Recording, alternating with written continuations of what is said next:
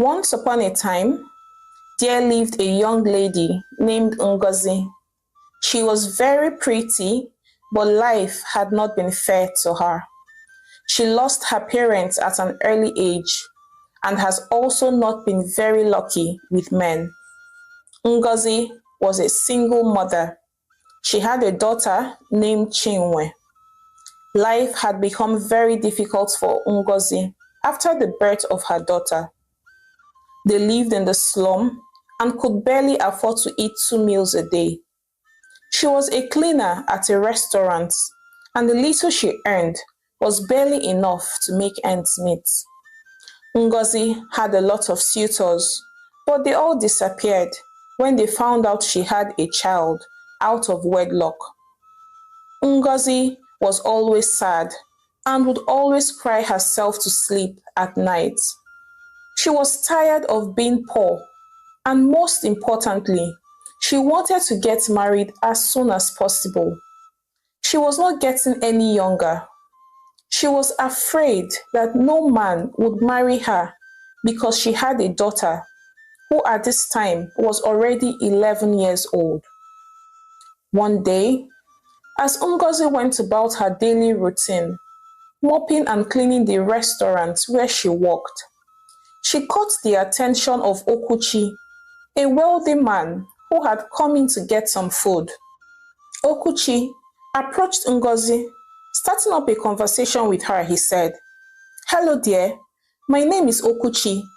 I couldn't but observe how you went about your job diligently. You're very beautiful, and I will want to be friends if that is okay with you." Ngozi, smiling and looking away shyly, replied saying, "My name is Ngozi and I don't mind being friends with you." They exchanged numbers and promised to keep in touch. From that day onward, Okuchi became a regular visitor at the restaurant. He came every day so they could spend time together, and they became lovers very quickly. Ngozi had never been happier. She was smiling more often, and she felt a ray of hope. And for the first time in many years, her life was beginning to have meaning again. Okuchi wasted no time in making his intentions known to Ngozi. He told her he wanted to marry her. Ngozi was very excited, yet filled with anxiety at the same time.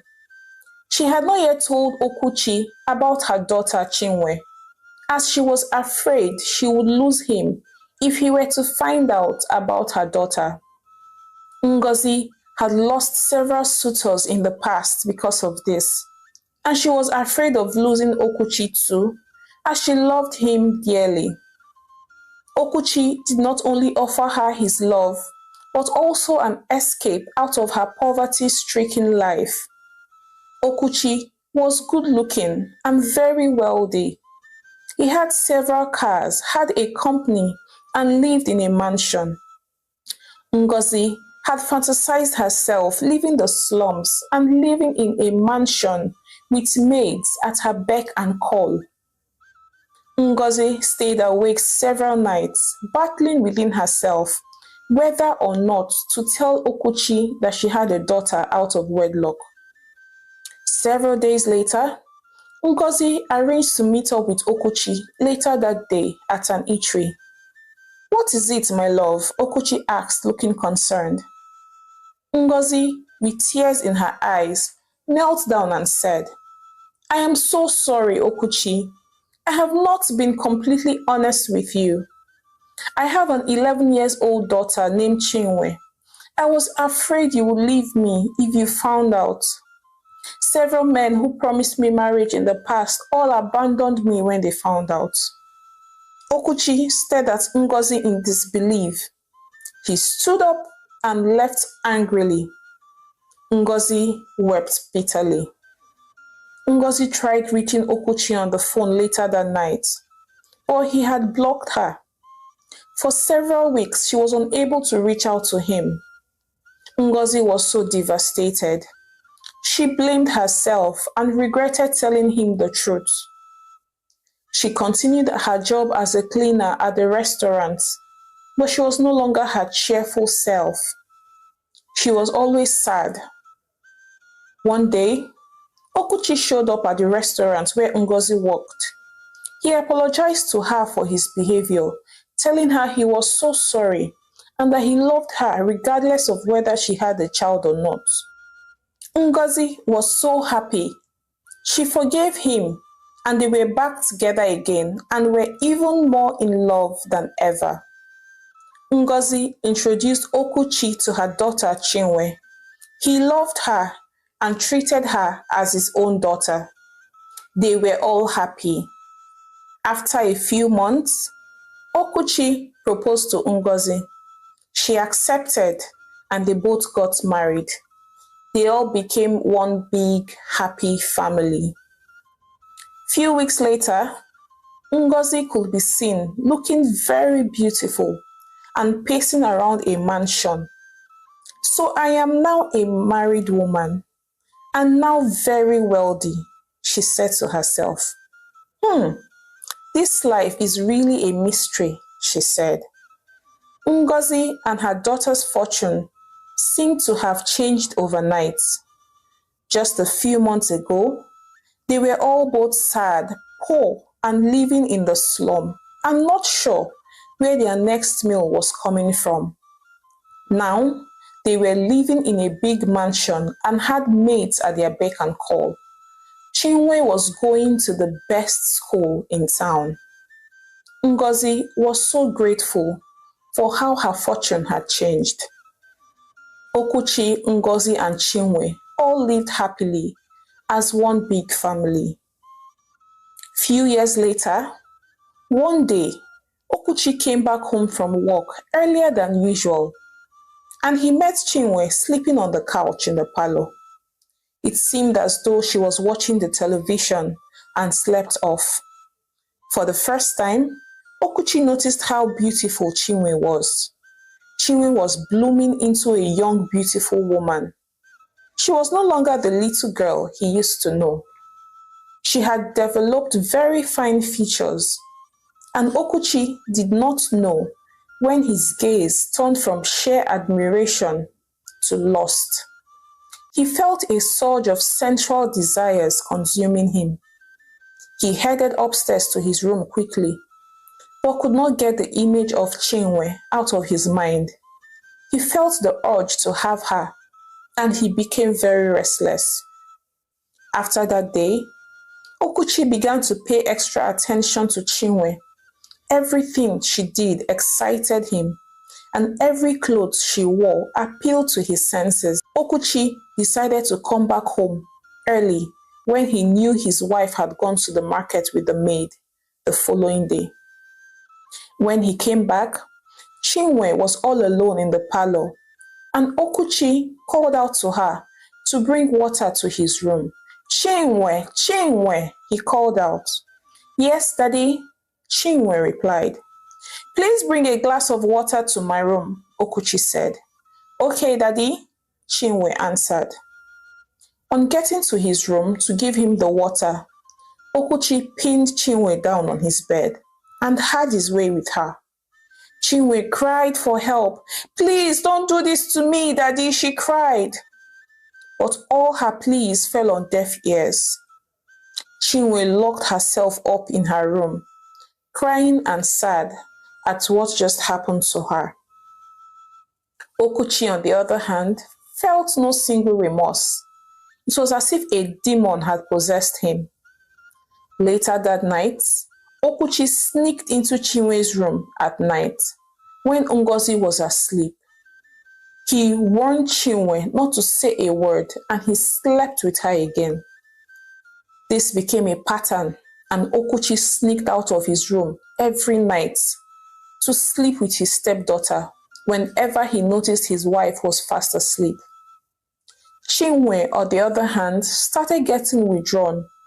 She locked herself up in her room and cried all day. Ngozi noticed this strange behavior in Chinwe and reached out to her, begging her to tell her what the problem was. Reaching out her hands to Chinwe, Ngozi said, My daughter, what is the matter? You stay indoors all day, you refuse to eat your food, and I hear you crying all day. Please confide in me. Chinwe, after several coercions and pleas, opened up to her mother and said, Mama, Daddy has been raping me. She went ahead and narrated everything that had transpired between her and her stepfather. Ngozi, on hearing all that her daughter had said, fell to the floor and wept bitterly, saying, Ewo, Okuchi has killed me. How could you do this to me, Okuchi? Ngozi and Chinwe wept together. Ngozi was confused. She did not know what to do. She was very angry with Okuchi, but yet scared of confronting him. She hated what he had done to her daughter, but was afraid that if she confronted him, he could send her and her daughter out of the house. Ngozi had not worked in years, as Okuchi stopped her from working as soon as they got married. She only had a little money she had saved. Aside that, she had no business or source of livelihood they could fall back on if Okuchi sent them packing. Ngozi was already used to a life of affluence and luxury. She was being served hands and foot. There was no way she was returning to the slum. After several days of giving the matter a thought, Ngozi decided to turn a blind eye to what her husband was doing to her daughter. For fear of being rendered homeless, she did not say a word to her husband. Days later, Ngozi spoke to her daughter Chinwe saying, Listen to me, my daughter. Do not say a word of what your father is doing to you to anyone else. And do not resist your father when he wants to have his way with you, so you don't anger him. We should be thankful that he chose you and not some mistress outside who would pursue us out of the house. Remember how much we suffered when we lived in the slum. We cannot afford to go back there. Please allow your father have his way with you. Chinwe looked at her mother in disgust and disbelief. How can you say this, Mama? You're being very selfish. She busted out in tears and left her mother. Ngozi felt very remorseful, but told herself she did the right thing. There was no way she was going back to the poverty-stricken life she once had. Okuchi, on the other hand, did not stop. He continued going to Chinwe's room every night while Ngozi pretended to be asleep. Things, however, took a different turn quickly, as Chinwe was no longer resisting Okuchi when he came to her room at night. Not because of what her mother had told her, but because she was falling in love with Okuchi. She looked forward to seeing him every night. Okuchi and Chinwe began to spend hours gisting and laughing when he came to her room, and became lovers very quickly. When Ngozi noticed what was happening, she became very jealous of her daughter and warned her to stop sleeping with her husband. She also confronted Okuchi and warned him to stop sleeping with their daughter Chinwe. But her words fell on deaf ears. Okuchi and Chinwe were in love, and there was no stopping them ever. Okuchi no longer paid any attention to his wife Ngozi. He now spent quality time with Chinwe, taking her out and having a good time. Ngozi became very sad. Her daughter Chinwe had stolen her husband's heart away from her. Chinwe, on the other hand, felt no remorse whatsoever. She convinced herself that she was not related to Okuchi, as he was her stepfather, not her real father. Chinwe grew tired of her mother's presence in the house and still held a grudge against her mother for not protecting her against her stepfather when she initially informed her that he was raping her. For that reason, Chinwe devised a means in her heart to send her mother away from the house. One day, Chinwe walked up to Okuchi and said that she wanted to speak with him. "My love," she said, "I cannot continue living under the same roof with my mother. She talks to me anyhow and insults me at the slightest provocation." Okuchi looked at Chinwe shocked. "Do you know what you're asking of me?" he asked. "You are saying I should send my wife, your mother, out of this house." Chinwe looked at him with tears in her eyes. "I am pregnant and carrying your son. My mother stresses me out," Chinwe said. "It's either you send her away or I leave. It is either me and your unborn son or my mother. You choose," Chinwe said and walked out. Okuchi felt so bad. He knew that he didn't love Ngozi anymore, but he felt it was unfair to send her away like that. But seeing that he had to choose between Ngozi and Chinwe, he sent Ngozi out of the house. Ngozi was so sad. She wept bitterly as she was thrown out of her own home by her husband and her daughter, who was now pregnant for her husband. Ngozi had no money. She had not worked for years, ever since she married Okuchi, as he had stopped her from working. Ngozi had nowhere to go. She was so ashamed of herself. She had no savings whatsoever. "Where will I start from?" Ngozi wailed. As she walked through the streets, she said, "See what I have brought upon myself. I turned my own daughter into a beast. Instead of protecting her against my husband, her stepfather, from raping her, I told her to keep quiet for fear that he would throw us out from the house. Now look at my life. I have been thrown out of my home by my own daughter. I have failed as a mother." Ngozi wept bitterly. Ngozi spent the remaining of her days living in regret and bitterness. She became very poor and was without a husband again. She lived from hand to mouth. Chinwe, on the other hand, lived happily ever after with Okuchi. She had 2 sons for him, and she was living like a queen.